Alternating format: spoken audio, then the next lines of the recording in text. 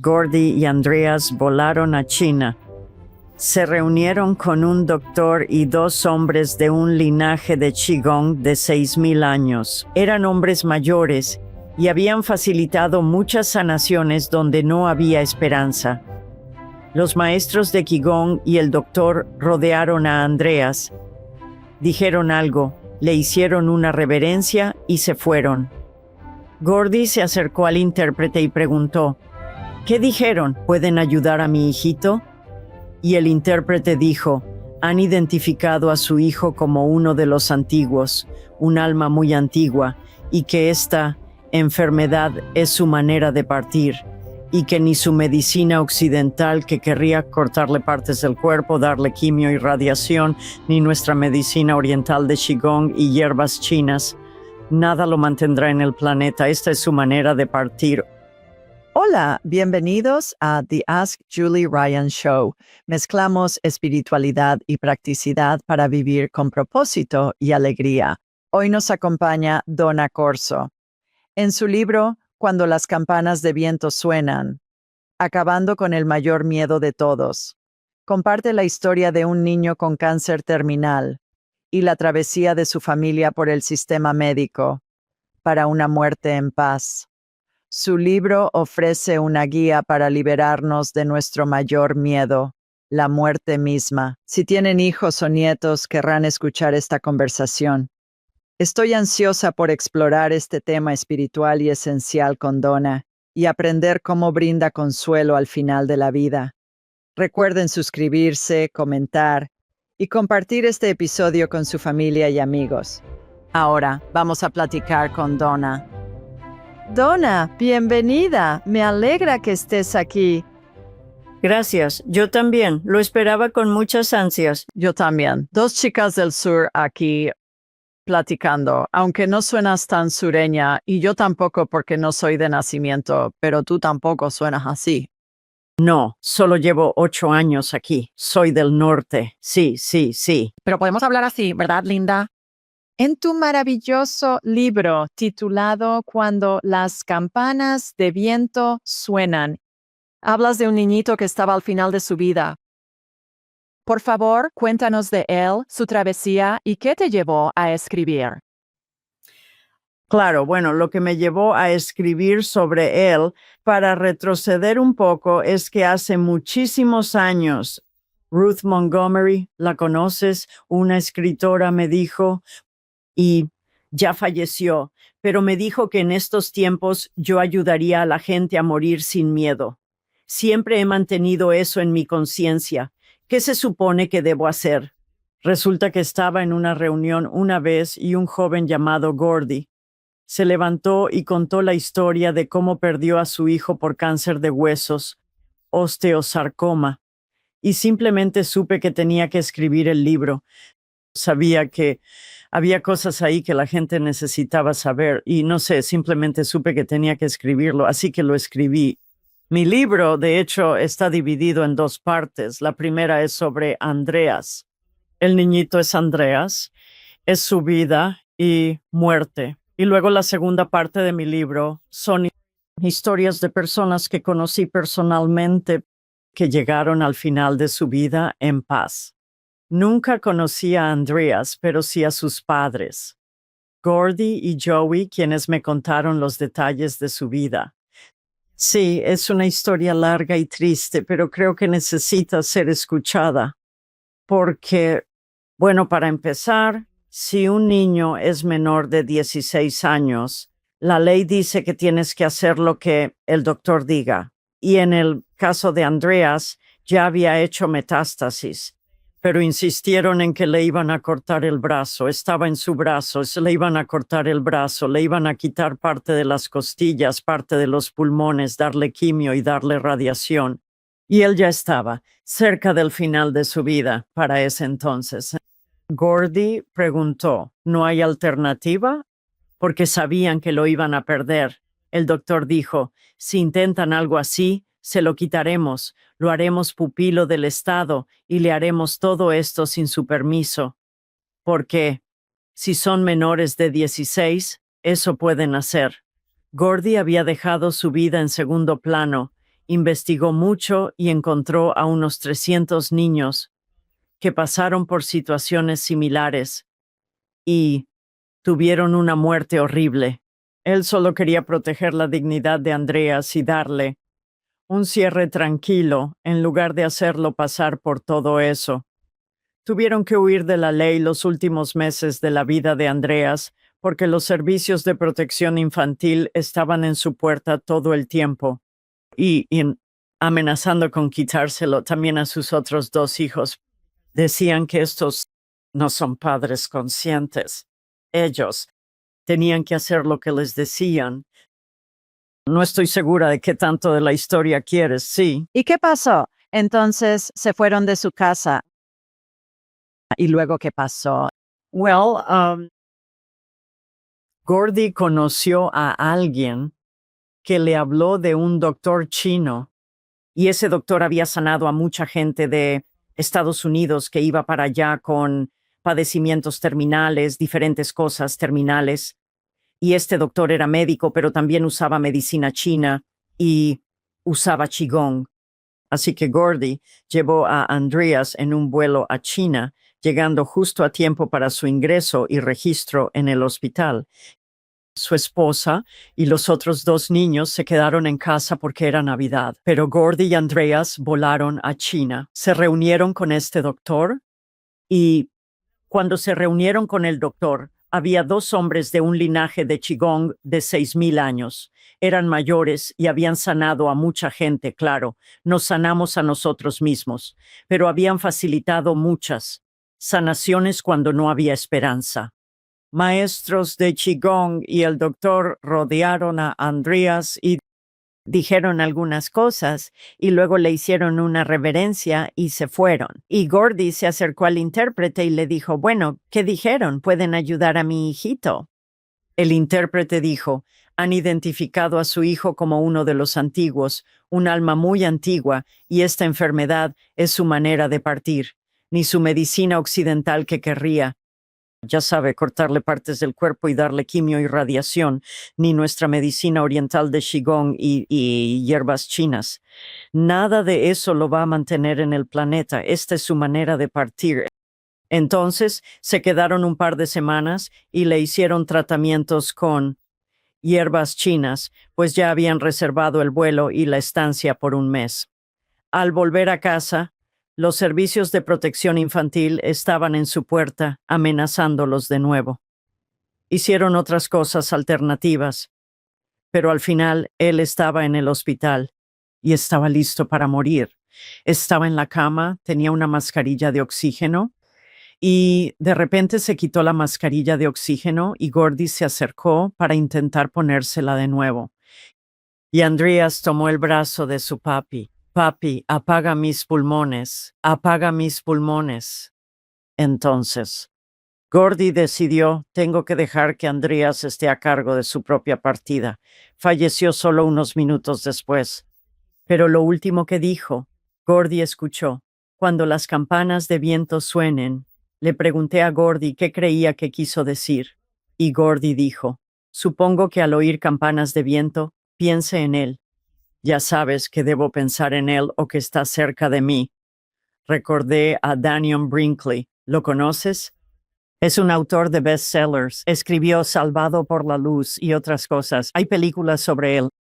A Danny le había caído un rayo 2 o 3 veces. Tuvo experiencias cercanas a la muerte.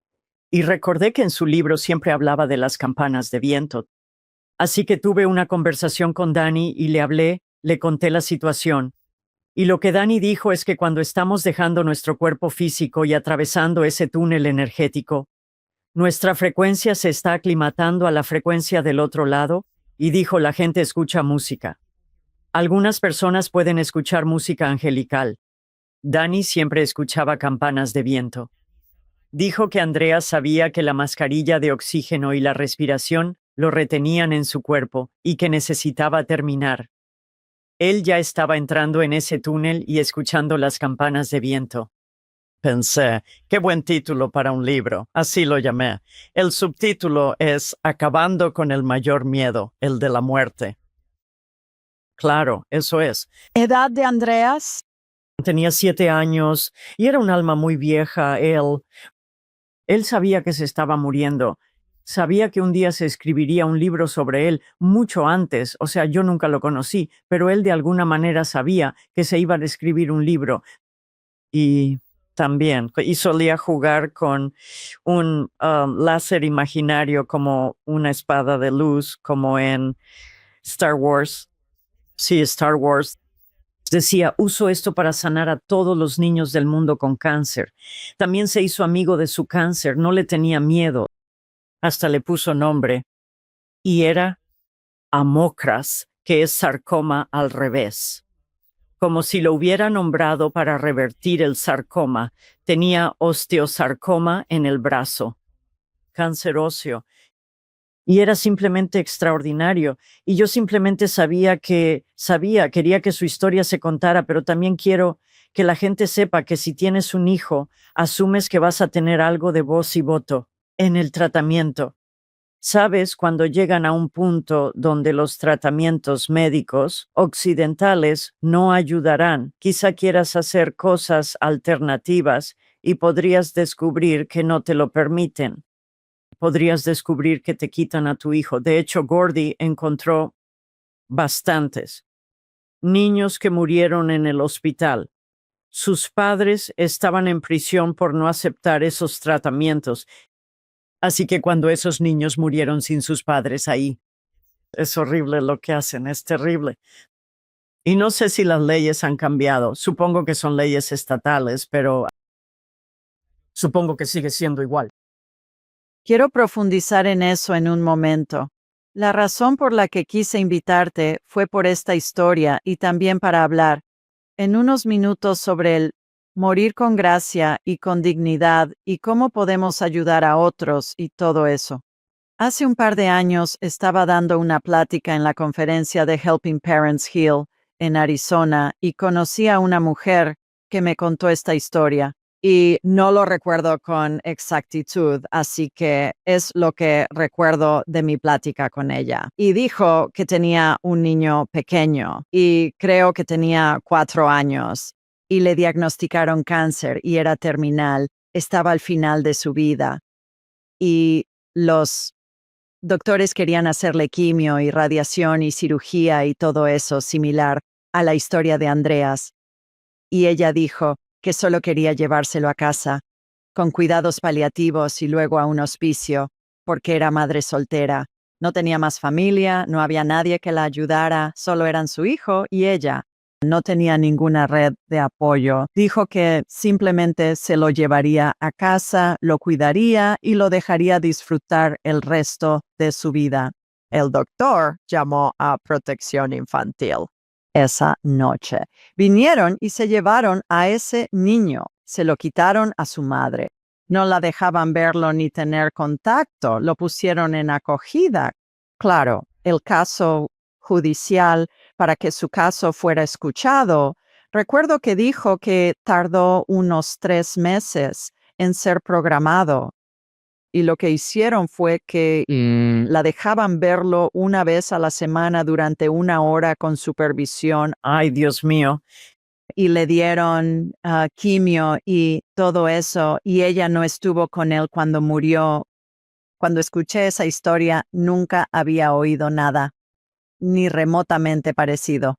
Luego te conocí y me adentré en tu libro y pensé, la gente necesita saber que esto es una posibilidad en caso de que Dios no lo quiera, su hijo o nieto se enfermara y no quisieran seguir el tratamiento médico normal. ¿Qué opciones, qué oportunidades y qué derechos tienen los padres en esta situación donde hay un niño con una enfermedad terminal? No tengo idea. O sea, mis hijos ya andan en sus 50, ya no me preocupa eso. Ya. But, sí, solo quería que la gente supiera para que estén advertidos de antemano de tener mucho cuidado con... Sí, y pasaron muchas cosas en todo el proceso de llevar a Andreas a las citas médicas. Pasaron muchísimas cosas. O cancelaban la cita, o Gordy, Joey y Andreas llegaban y se sentaban por horas en la sala de espera. Luego alguien salía y decía, bueno, ni siquiera lo teníamos agendado. Pasaba siempre y hubo más cosas. La forma en que el doctor anunció que tenía cáncer frente al niño. Sin compasión ni nada, simplemente hubo muchas cosas ahí sobre cómo los trataron. ¿Por qué las cancelaban?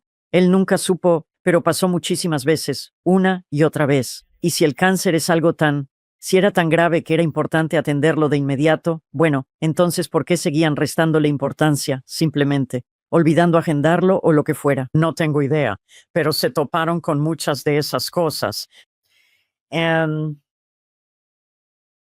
Sí, ya no sé qué decir. Es un caso muy triste del que debemos estar conscientes y lograr que cambien las leyes. Tiene que haber más compasión. Creo que al final de la vida en nuestro sistema médico tuvimos al doctor Chris Carr en el programa. Él es el director del Hospicio de Buffalo y atienden a 1,200 pacientes al día, quizá más, pero es una gran operación. Y es médico con doctorado. Llama a los cuidados al final de la vida una línea de montaje absurda. Buena forma. Dice que todos estos procedimientos, cuando alguien está en fase terminal y ellos lo saben, y la familia lo sabe, y ya sabes todo esto, tuvimos una discusión sobre por qué. ¿Por qué todos estos diferentes procedimientos se recomiendan y se sugieren? Y de verdad, creo que los doctores hacen lo que saben. No se les enseña a lidiar con los cuidados al final de la vida. Se les enseña a salvar vidas. Y entonces hacen lo que pueden, basándose en su caja de herramientas y todo lo que eso implica y cuál es su formación y todo eso. Y creo que no hay motivos maliciosos aquí, creo que es solo una desconexión. Totalmente. Creo que los doctores entran al campo de la medicina para ayudar a la gente. Creo, en mi opinión, que una vez que entran a la facultad de medicina, descubren que su formación solo cubre los fármacos, cirugías, quimio y todo eso. Tengo entendido que no se les permite recomendar cosas alternativas o la dieta. No reciben mucha formación sobre dieta saludable. Y podrían perder su licencia si no siguen a los tres grandes: cirugía, quimio y radiación. Y visto videos donde incluso médicos, incluso oncólogos por debajo del agua han dicho que si alguno de sus seres queridos tuviera cáncer o lo que sea, nunca le darían quimio, pero tienen que hacerlo con sus pacientes. No lo sé. Creo que mucho es seguir el dinero, no por parte de los doctores, no por ellos, porque creo que quieren ayudar a la gente. También tenemos tanta tecnología ahora que puede mantener a la gente viva, mucho más tiempo del que quieren. Y por eso soy una gran defensora de la compasión y las opciones. ¿Conoces esa organización? Estoy segura, ¿verdad? Cuéntale a todos sobre ella. Bueno, probablemente tú sepas más que yo. Es una organización que trabaja con diferentes estados para permitir a los doctores, si el doctor está de acuerdo,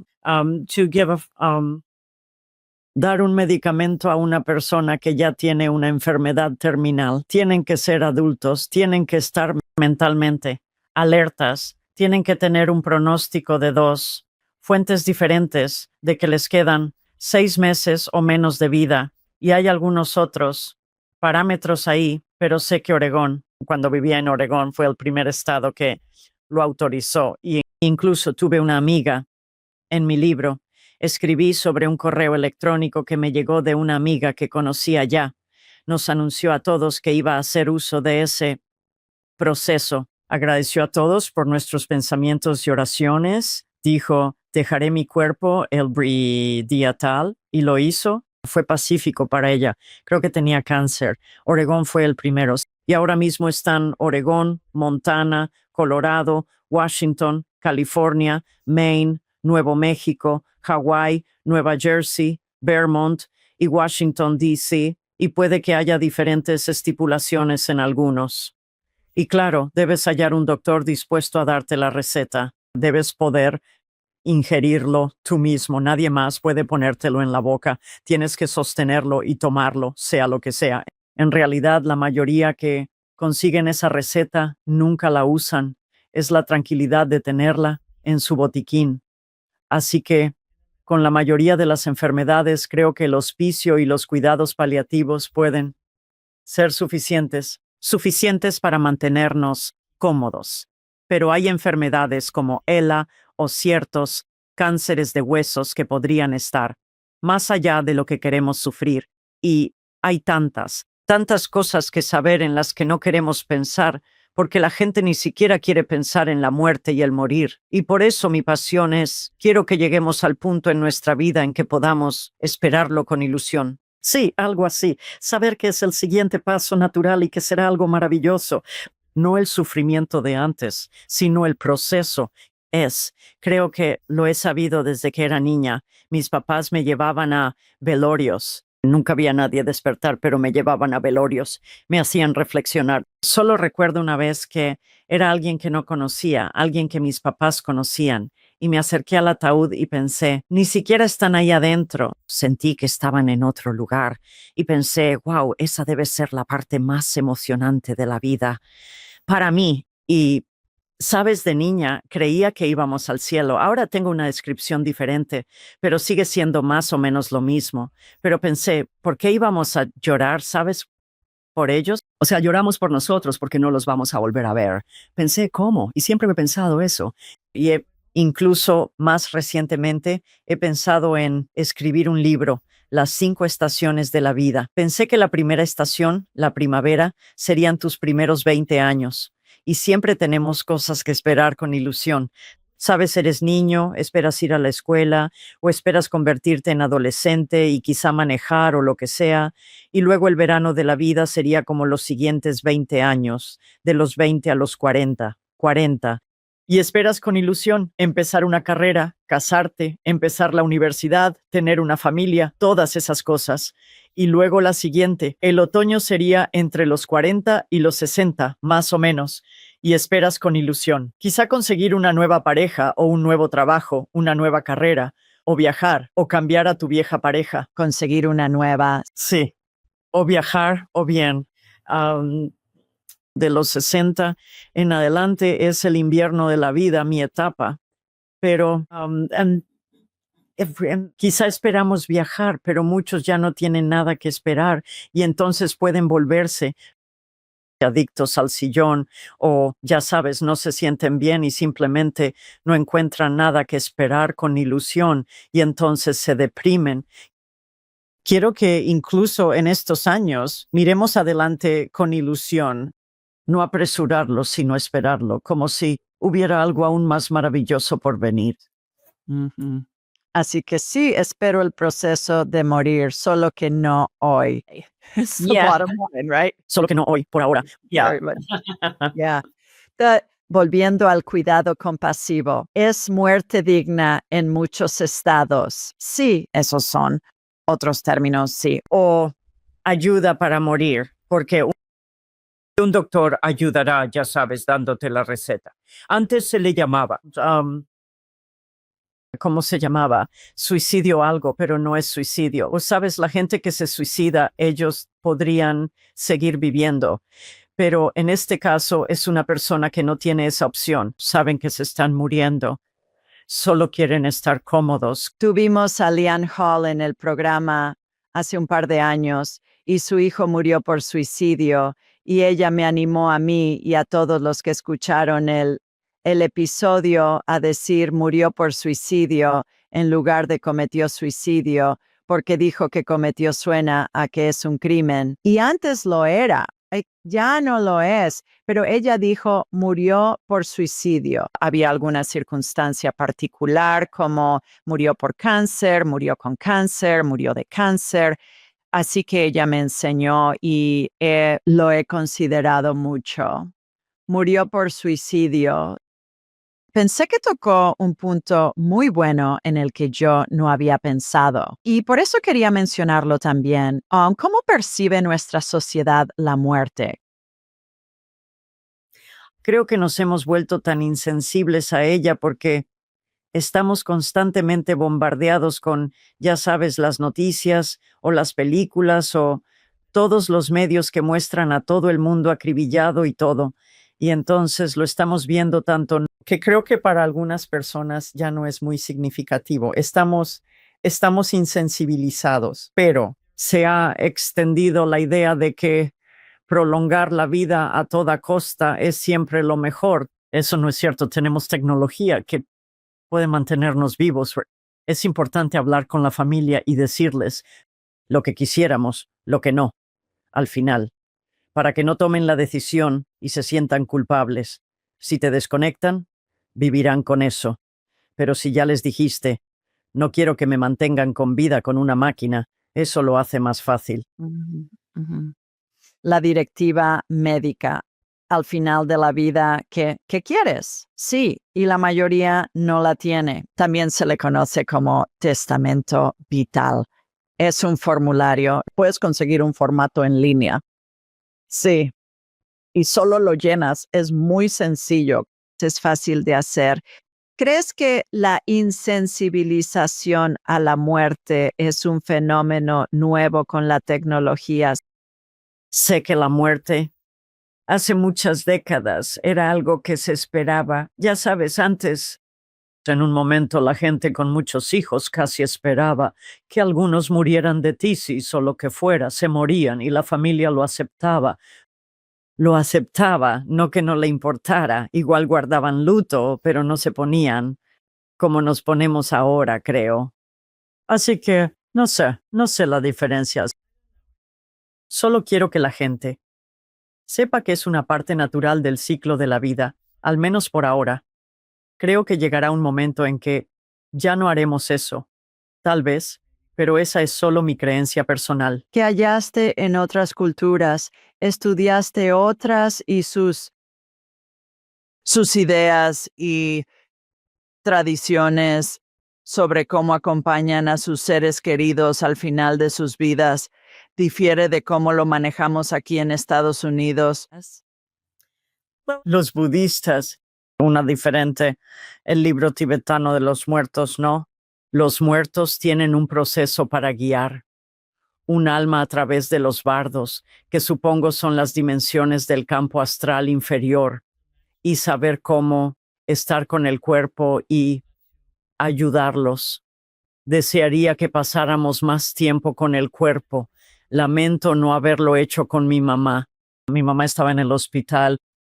Mi hermana y yo la visitamos a diario. Esa última semana pues volé a casa, iba a volar a casa de todos modos para visitarla. Pero antes de que yo llegara, tuvo una especie de ataque o lo que sea. Nadie simplemente entró al hospital y se quedó dormida, pero todavía estaba viva. Pero fue como a medianoche cuando realmente falleció, cuando ya no había nada que hacer por ella. Y recuerdo que mi hermana me preguntó, ¿quieres ir a verla por última vez? Y por alguna razón dije que no, porque sé que ella ya no está en su cuerpo.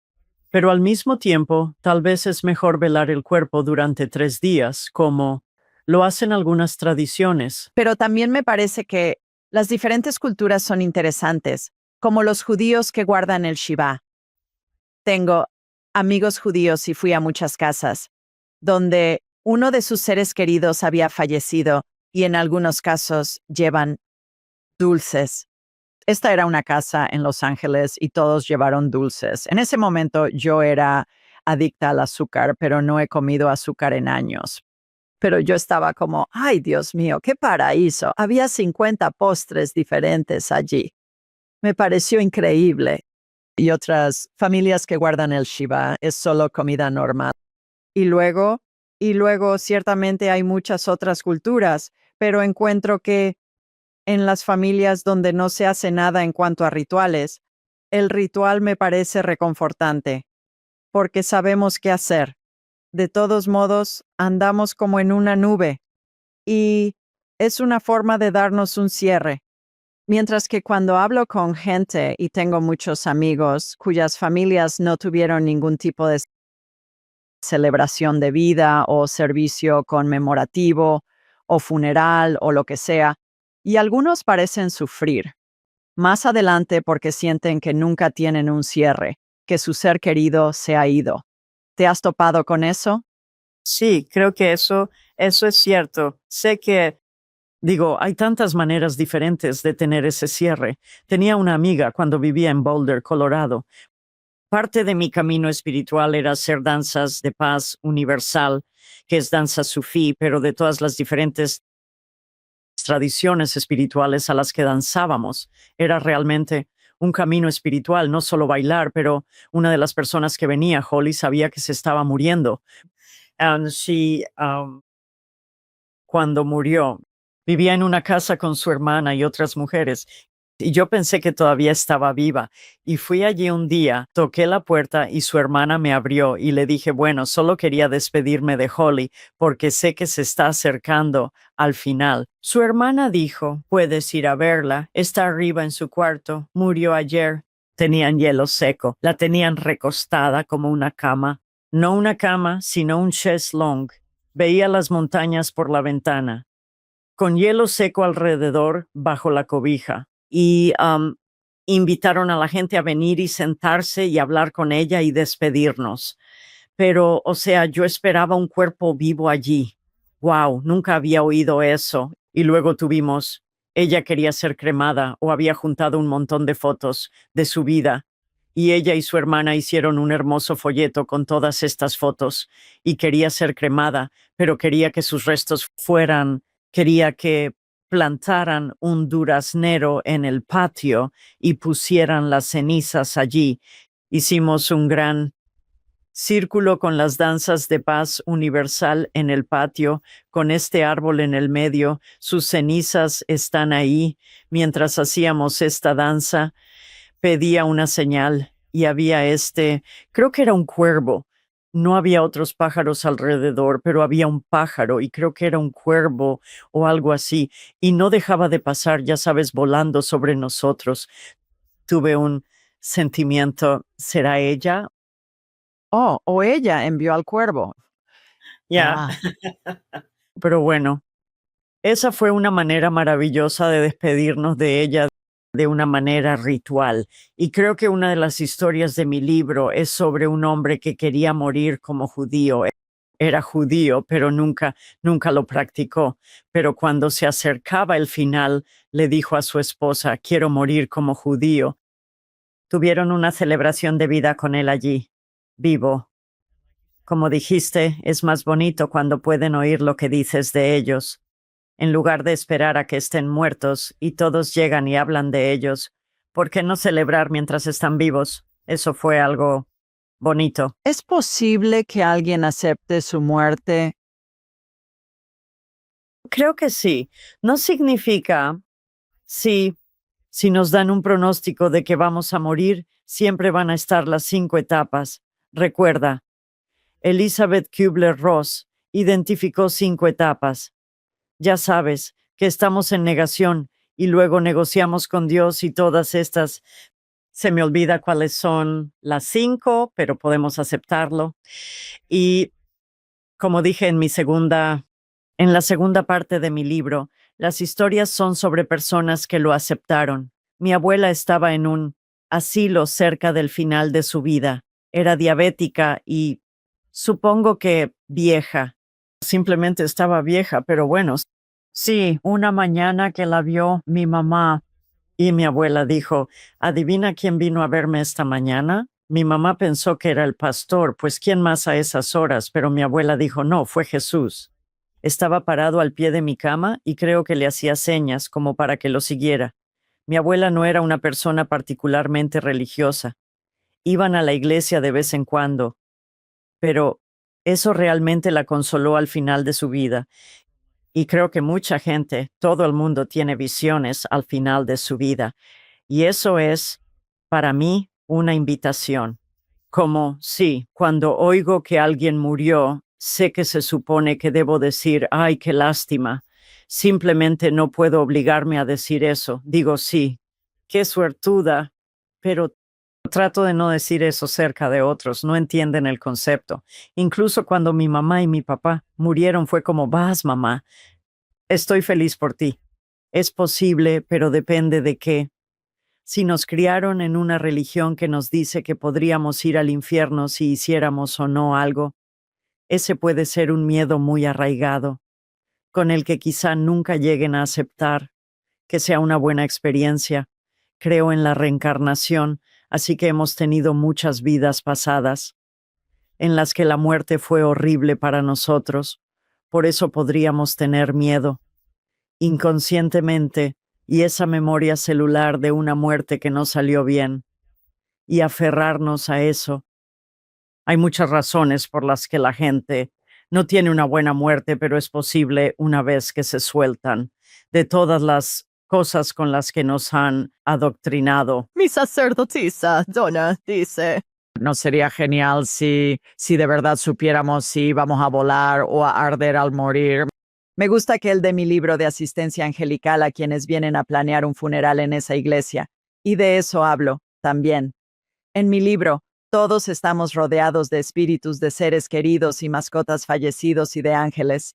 Y el doctor Chris Kerr, a quien mencioné antes, el director del hospicio, ha hecho investigación universitaria que demuestra que el 90% de la gente ve visiones de seres queridos y espíritus fallecidos al final de sus vidas y les resulta reconfortante. Y así es como distingues si la abuela está alucinando, porque las alucinaciones son perturbadoras. Cuando ves visiones de seres queridos, tal vez gente que falleció hace décadas, 80, 90 años, entonces es reconfortante para ellos y es algo que estoy de acuerdo contigo, la mayoría de la gente experimenta. Pensamos que a la abuela le pusieron demasiada morfina, pero no es así, es que de verdad está viendo. ¿Cómo explicas eso? ¿Crees que es como si la abuela tuviera un pie en esta realidad y otro en la espiritual? ¿Qué crees que pasa al final de la vida cuando la gente puede ver ángeles, a Jesús, a Buda, a quien sea, a la tía Susie y al tío Norman? ¿Qué pasa ahí? Yo creo que ellos ya están aquí. Solo los vemos a una cierta frecuencia, pero los que tienen una frecuencia más elevada están justo aquí, a nuestro alrededor. No los vemos hasta que elevamos nuestra frecuencia. Es como si el velo se hiciera más delgado. Cuando llegas a ese punto y empiezas a tener una frecuencia más alta, eres capaz de verlos y podríamos identificarlos por lo que aprendimos al crecer. Podría ser una figura resplandeciente. Si te criaron como cristiano, la identificarías como Jesús, pero un budista podría identificarla como Buda, o alguien más podría decir que fue Moisés o un ángel o lo que sea que esperaras ver. Sé que en uno de los libros de Neil dice algo sobre eso, que Dios se aparecerá en cualquier forma que necesites ver. No me gusta decir Él porque no pienso en Dios como un Él, pero sí, creo que a medida que estamos en ambos lados al llegar a los últimos momentos o días de nuestra vida. Mencionaste un punto muy bueno, uno en el que no había pensado antes, y es que mientras alguien muere, su frecuencia se eleva, lo que le permite ver espíritus, y eso tendría sentido porque el cuerpo se está apagando. Y la frecuencia del espíritu, cuando está unido al cuerpo, es más baja simplemente por la masa del cuerpo. Así que mientras el cuerpo se apaga, esa es una gran revelación. Creo que tiene muchísimo sentido. Nunca lo había pensado de esa manera, pero mientras el cuerpo se apaga, esa densidad del cuerpo no interfiere con la elevación de la frecuencia del espíritu, lo permite. El espíritu no se comunica por los canales de me siento de la patada, porque la vibración es muy baja. Sabes, cuando alguien se siente mal, vaya, qué profundo, señora Donna. Muy cierto. ¿Cómo es morir con gracias? Morir con gracia poder aceptar la idea de que estás dejando este mundo, que tu familia estará bien o quien dejes, que van a estar bien y que hay algo incluso mejor que lo que tienes aquí. Lo sé. Tengo una amiga que mencionó que cuando su padre murió estuvo luchando hasta el final y entonces no hay gracia. La gracia es llegar a la paz. Es posible para nosotros. Sí, y sé que ayudas con eso.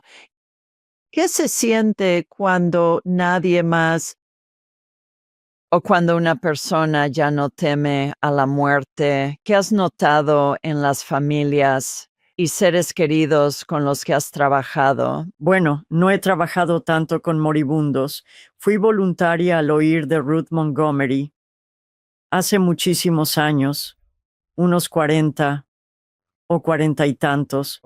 Am, no sabía qué significaba, que ayudaría a la gente a morir sin miedo. No tenía ni idea.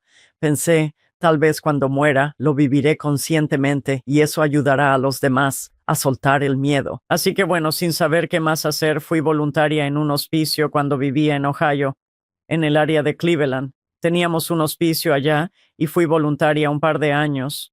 Y luego, cuando viví en Colorado, fui voluntaria en un hospicio de allá. Y principalmente en ese tiempo yo era masajista. Claro, no aguantaban mucho el masaje, pero les daba, ya sabes, un masaje ligero, un poco de reiki, cosas así.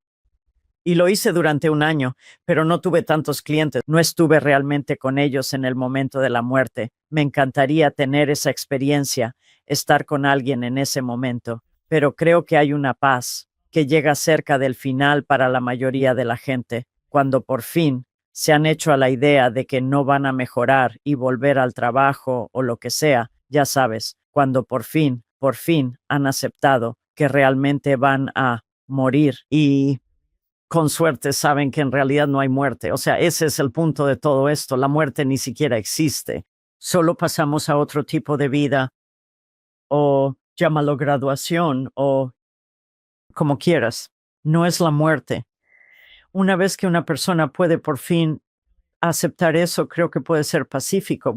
Bueno, dices que hay una graduación. ¿A qué te refieres con eso? ¿Qué crees que pasa? Bueno, ok. Mucha gente piensa que este lugar, esta cosa con la que andamos, su cuerpo, es lo que son, pero eso no es lo que somos, porque hay algo que anima el cuerpo. Podríamos llamarlo espíritu, podríamos llamarlo alma, pero eso es realmente lo que somos. Es como un abrigo de invierno.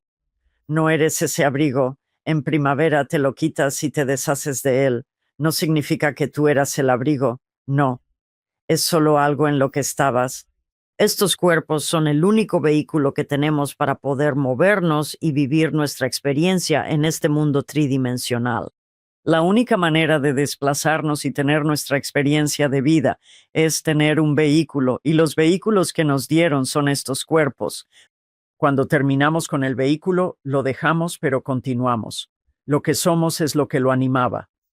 Así que sé que es un concepto difícil para algunos, pero es como pienso en la eternidad y ya sabes el símbolo, como un 8 de lado eterno o como le llames.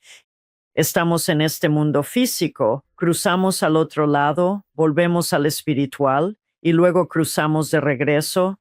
Esto es la reencarnación. Seguimos cruzando de un lado a otro, entre lo físico y lo espiritual. Y entonces en mi opinión, al menos, hemos cruzado este sendero muchas veces. Sí, estoy de acuerdo.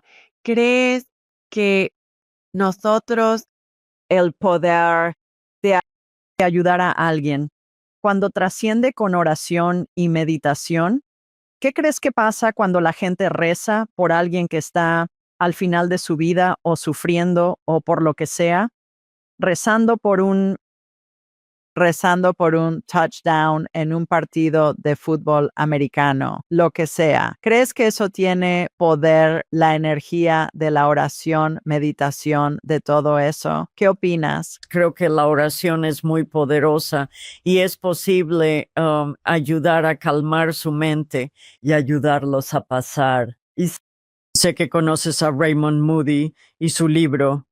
Ha estado en el programa Sí, sí, donde alguien puede acompañar a esa persona, parte del camino, donde se encuentran yendo parte del camino, con ellos, pero no pueden seguir todo.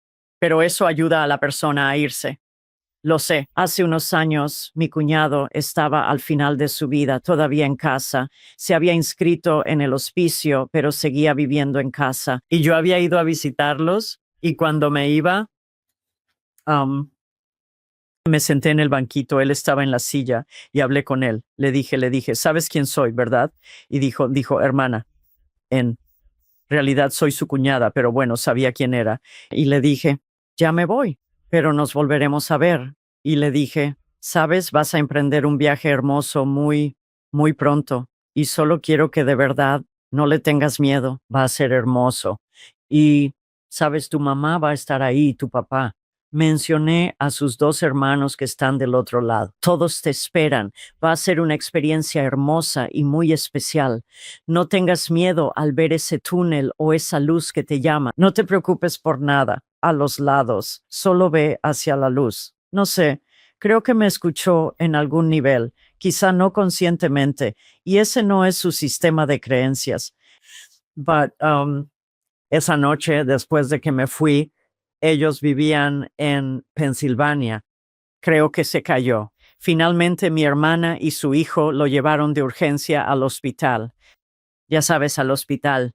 Y murió al día siguiente. Pero me gustaría pensar que tal vez eso le ayudó a saber que es hora de ese viaje y que va a ser hermoso. Y si puedes nombrar a algunas personas del otro lado que les daría gusto ver, tal vez eso también pueda ayudarlos con esa transición. Les da algo que esperar. Siempre podemos tener esa ilusión aquí, ¿no? en mi libro de asistencia angelical, Hacemos la caminata al cielo, un ensayo general de lo que pasará. Tengo una historia similar. Mi tía Irene vivía en Kansas City, se moría, estaba en el hospital y no había hablado en una semana.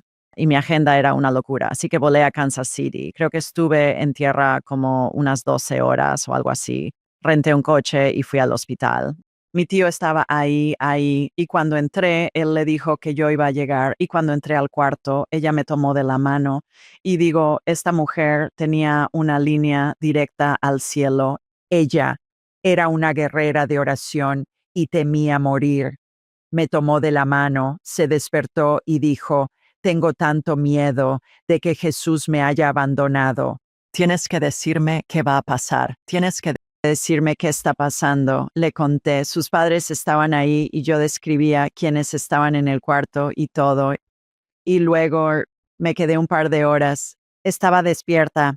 Nos trajeron el almuerzo para mi tío y para mí y, ya sabes, hablamos de recuerdos de cuando eran jóvenes, de cuando empezaron a salir y se casaron y todo eso.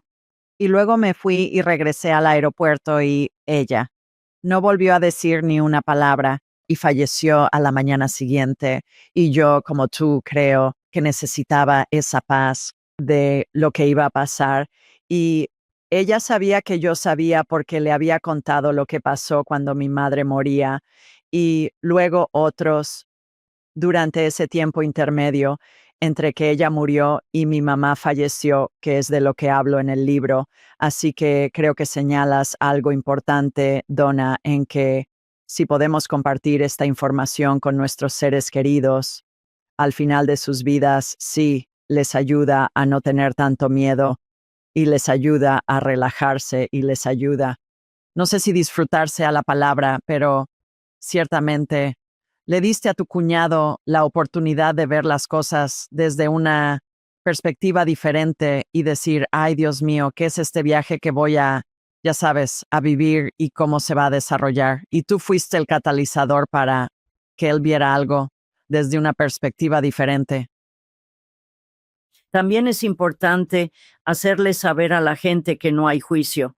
Hemos sido programados para pensar que hay un Dios que juzga, y esa no es mi creencia, pero para muchos sí lo es. Sí, y saber que nos juzgamos, pero no tenemos que decir eso. Sí, es que no serás juzgado sin importar lo que hiciste o no en tu vida, ¿cierto? todos van al cielo. ¿Recuerdas la película de los 80? Todos los perros van al cielo, todas las personas van al cielo también. Es lo que he experimentado. Última pregunta para ti. ¿Por qué encarnamos? Ay, Dios, tenías que hacer la verdad para mí. Bueno, creo que vivimos muchísimas vidas y al final de cada vida evaluamos, miramos hacia atrás y decimos, hay algunas cosas que pude haber hecho mejor y entonces decidimos regresar. Pero también creo que todo es frecuencia, en mi opinión, todo. Mi creencia es que cuando atravesamos ese túnel energético que la gente ve como un túnel, por el que podemos ir hasta cierto punto y hay algo llamado nudo de paso anular. He oído a algunas personas llamarlo así, que es como una barrera energética donde la frecuencia es más alta y al no ser de esa frecuencia no podemos pasar. Es como una barrera energética, así lo llamaría. Atravesamos ese túnel en parte y luego tal vez vemos a seres queridos que tampoco han ido más allá de ese nudo de paso anular, convivimos con ellos y decidimos regresar a otra vida, a veces con ellos. Tenemos un grupo de almas, una familia álmica. Pero una vez que realmente estamos listos ya veo, creo en la ascensión. He estudiado a los maestros ascendidos por bastantes años y los últimos 5 o 6 he tenido grupos de amigos que vienen a mi casa y hemos repasado varios libros sobre los maestros ascendidos y el proceso de ascensión.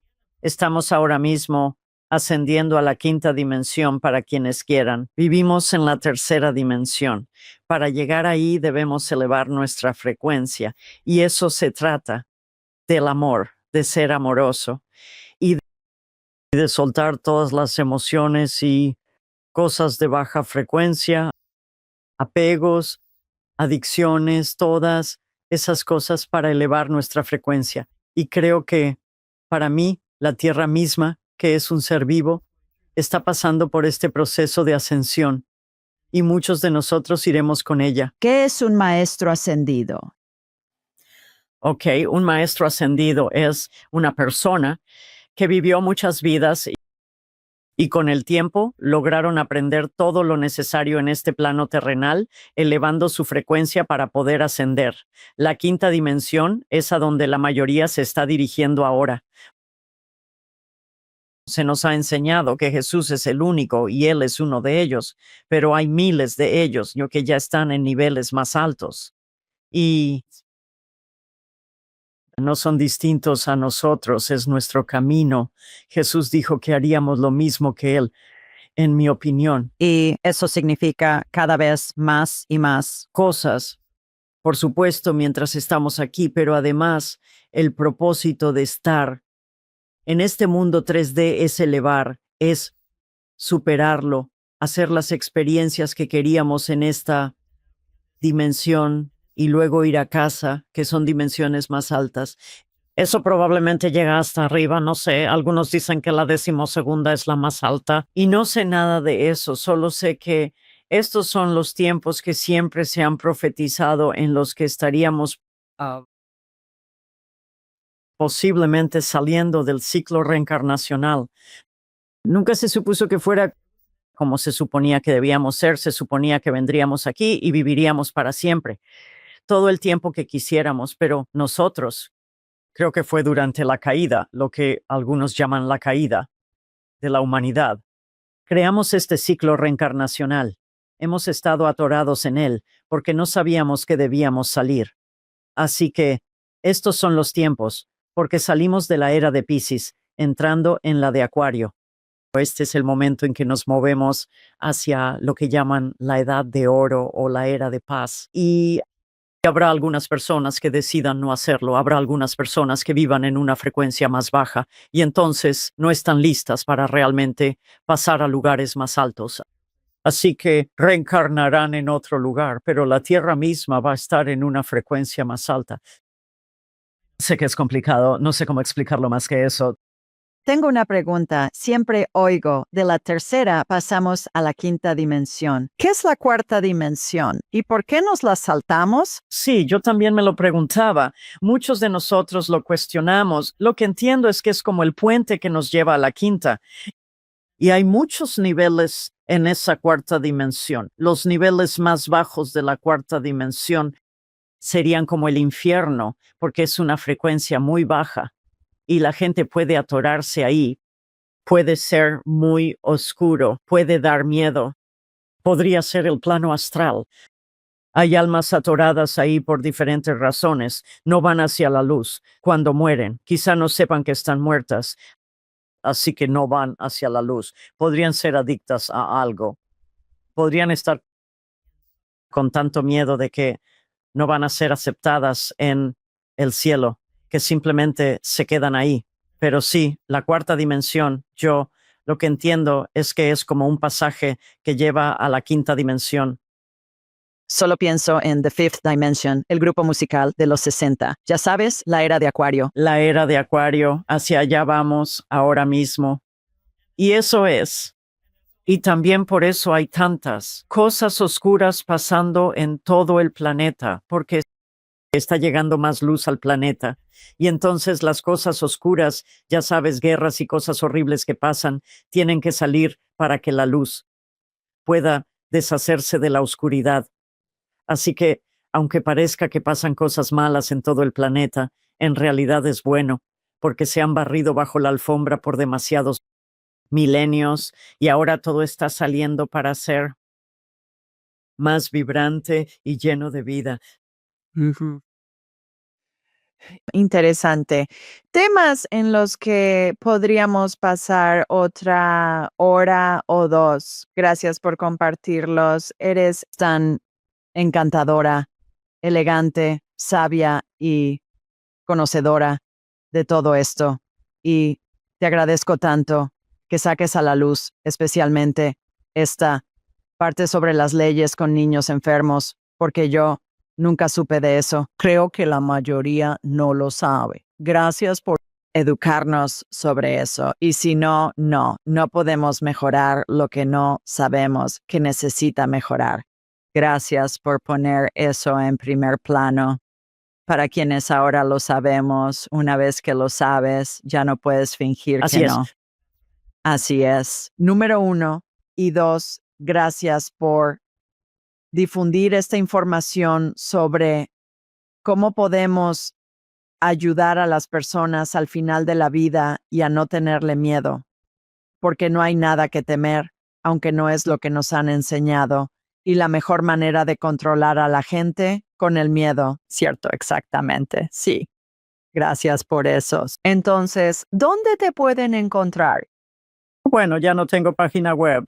Tengo una página de Facebook si alguien quiere estar en ella. Principalmente publico gatitos lindos, pero pongo si voy a hablar en algún lugar, ahí estará. O el taller, tengo un taller pronto, el 26 de abril, aquí. La vida es para siempre, de Waynesville, Carolina del Norte. Se trata de iniciar la conversación para que la gente pueda conversar y mostraremos una película llamada Sonriéndole a la muerte, que son entrevistas con enfermeras paliativas y su experiencia con alguien en sus momentos finales es inspirador. Y mi página de Facebook es donna.corso.39. Si quieren enviarme un correo, es corsodona@gmail.com. Ok. En las notas del programa. Sí, maravilloso. ¿Tu taller es presencial o es en línea? Es presencial, sí. Vivo en un pueblo pequeño y voy al centro del pensamiento creativo, que es como un centro espiritual basado en las enseñanzas de Ernest Holmes. Así que sí, no será grande, pero si alguien quiere venir, es bienvenido. Y puede que lo haga de nuevo en Ohio cuando visite a mis hijos en el área de Cleveland. Así que ya veremos. Suena bien. Bueno, a todos, mucho en qué pensar. Y mientras tanto, les enviamos muchísimo amor desde Sweet Home, Alabama. Y desde Carolina del Norte también, donde está Donna. Hasta la próxima.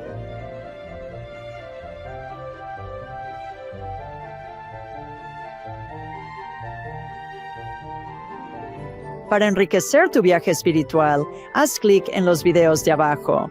Y recuerda suscribirte, comentar y compartir con familia y amigos